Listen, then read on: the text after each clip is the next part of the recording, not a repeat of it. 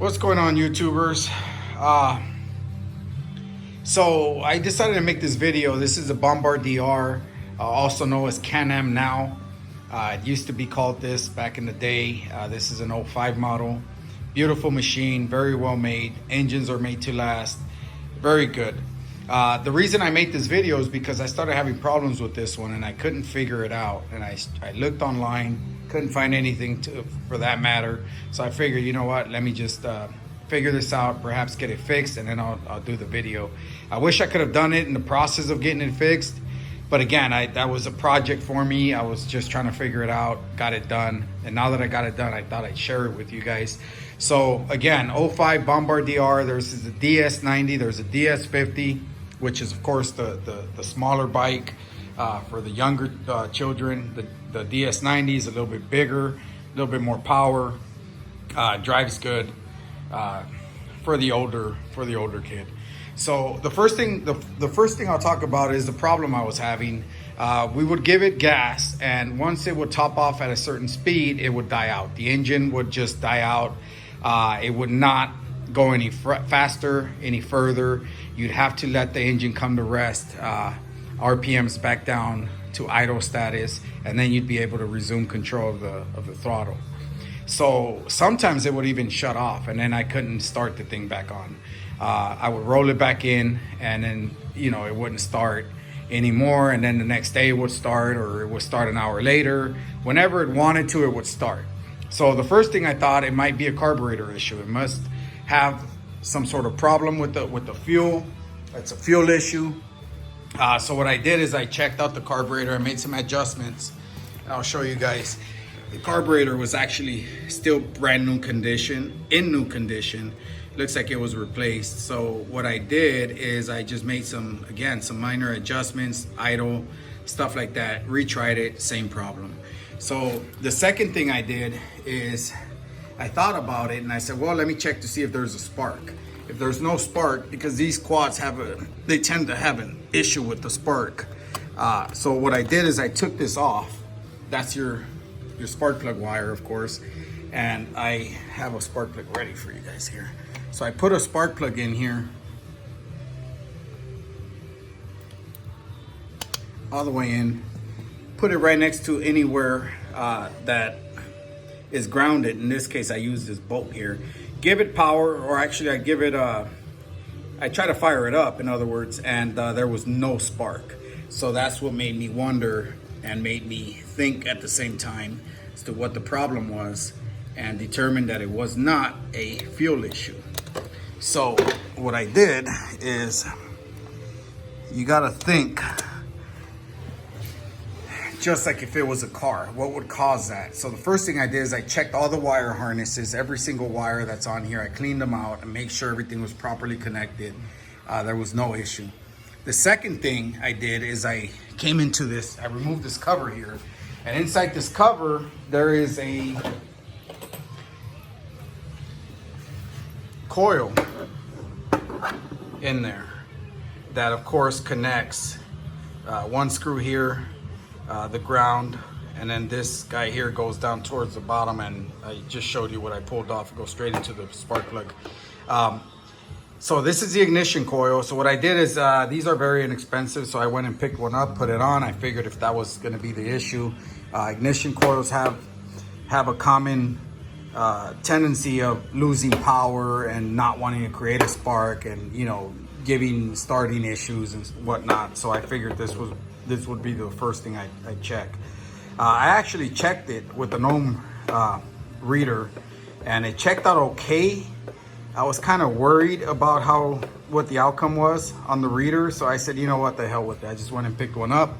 Figured I'm probably gonna keep the quad, so if I do, I know what's under the hood. I know everything that's new in it.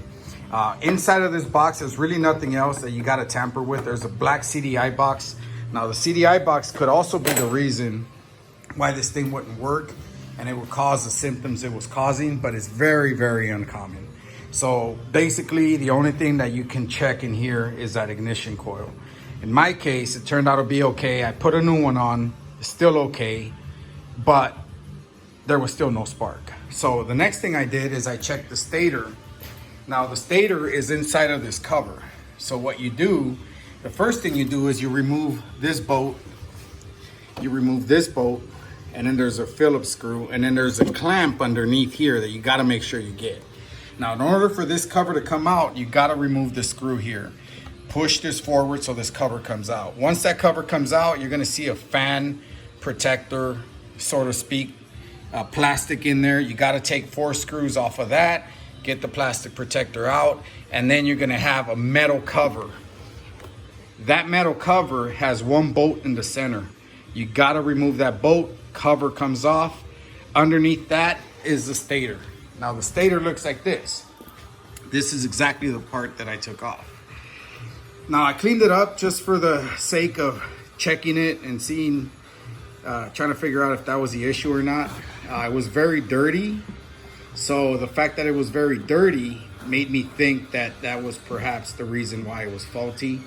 The cover that goes on top of this is a metal cover. So what it does is this stator spins and it creates a magnetic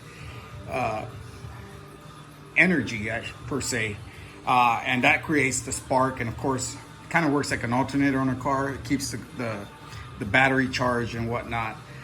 So in this case, again, that cover was extremely dirty, filthy, with a bunch of dirt and mud.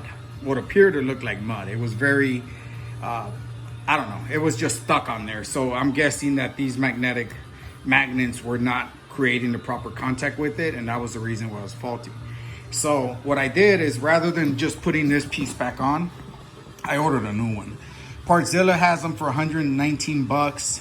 I found one on eBay, secondhand, used, 40 bucks. I figured I'd give it a try. They claimed that it was tested and it worked just fine. So I bought it. Here I am, put it on, and after I put it on, whoop.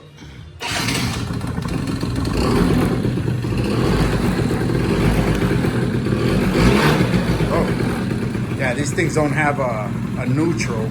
You gotta have the parking brake on it. If you give it too much throttle, it's gonna take off on you. But beautiful, it runs just fine.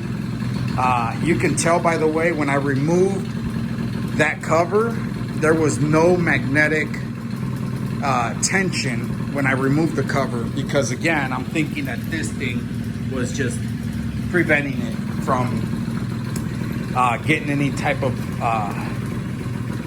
magnetism, I should say, towards the cover, against the cover.